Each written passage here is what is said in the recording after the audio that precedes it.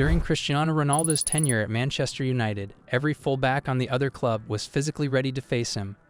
The goal was to overwhelm the defense so that they had every reason to be afraid whenever he had the ball, not only to try to score past them. He was determined not only to avoid past players, but also to avoid fear whenever he approached the goalpost.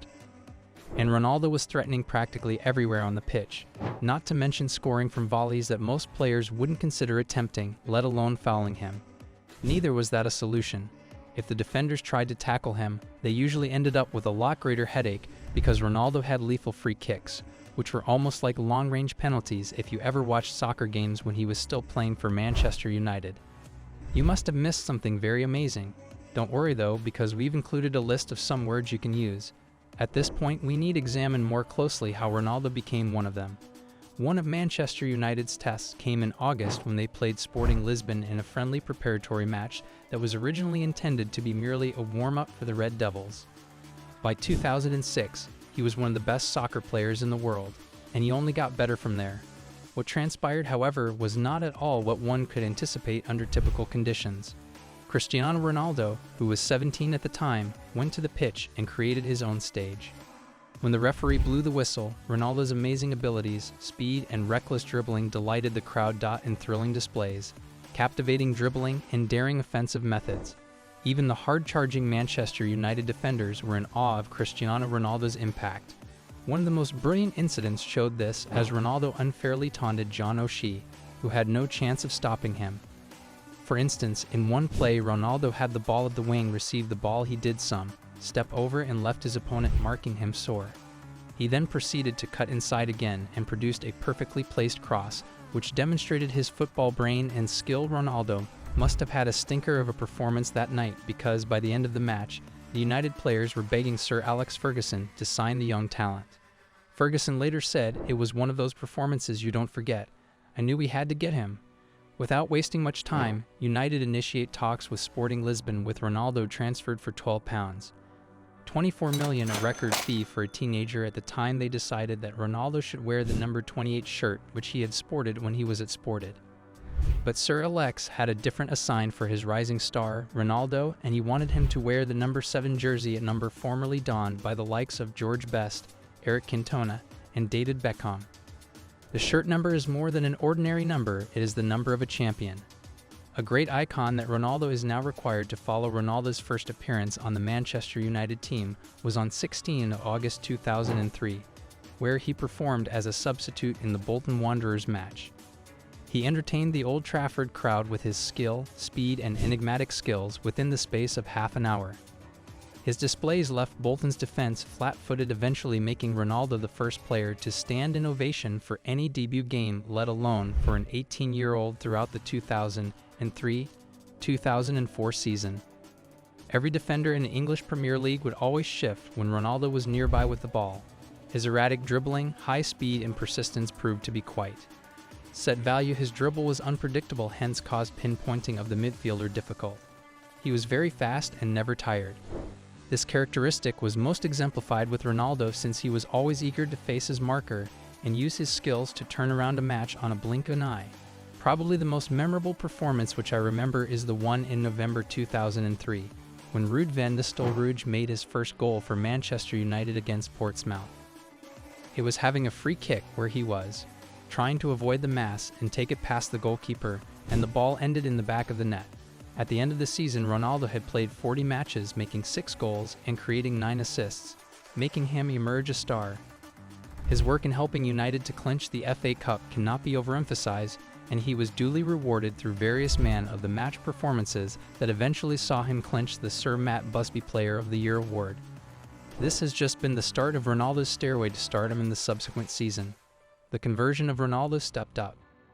He started gaining confidence and started becoming much more regular, and the very first signs of transformation from a showboating winger into an important asset for Manchester United emerged. It was no longer a case of flair, but Ronaldo was now making an impact in the game at the decisive moments.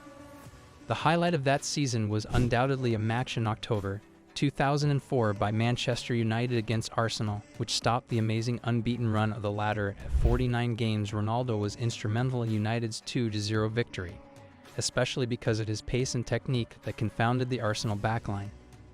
The physicality that he brought, harassing defenders and getting falls in contentious positions, had a massive effect on United's equalizer.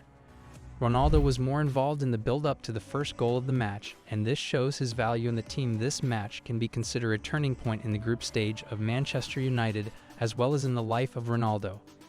It was a game where a player develops from a talent on the field to someone who can clinch the much-needed victory from the big games. In the following season 2004 to 2005, Ronaldo maintained his scoring record and contributed 9 goals and 10 assists in 50 matches, thus improving the previous season's record. For the 2005 to 2006 seasons, Ronaldo was only starting to boast of his capabilities and potential. It was also another good season for him as he transitioned from before being more of a showman to accomplishing more of the team's goals on the field. This transformation in the psychology of the player made him a much more direct and efficient player, who could single-handedly clinch games for Manchester United by his moments of sheer brilliance. The transformation of Ronaldo into striking force with free kick in February 2006, and he proved when he struck a 30-yard free kick against Fulham FC. Why, you can imagine the shot was hard and well-aimed such that the goalkeeper could not do anything about it. At the end of the season, Ronaldo scored 12 goals and made 8 assists in his appearances that amounted to 47. Despite United securing a second place in the English Premier League season, Tottenham fans were not impressed with the player's performance as an individual. Ronaldo was again included in the PFA Team of the Year, as well as clinching his second Sir Matt Busby Player of the Year. If you're enjoying what you're seeing right now, type CR7 in the comment section, and do not forget to hit the like button and subscribe to our channel. So here I am trying to make my point, and now let me tell you the story. The 2006-2007 season was the season which transformed Ronaldo into one of the world's best players. This therefore means that his transformation was as a result of training, where he concentrated more on the aspect as of insulation to beef up his former delicate figure.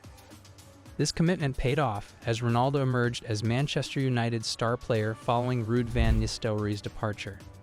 Ronaldo put on one of his best performances of the season, demonstrating that he is now a guy prepared to take United on his shoulders. This was the first time he had been able to emerge from the shadow of another Dutch striker and play even better since joining Manchester United. This afternoon tactical foul, committed against Fulham in December 2006, may have defined the 2006-2007 season. He tucked the ball home after effortlessly navigating past defenders, making it very evident that Ronaldo was now a crafty striker rather than a one-trick winker. His inventiveness was on full display on March 17th, when he was part of a move that resulted in the ball being rolled to Ji-sung Park after being weaved inside the byline, which gave him the first goal.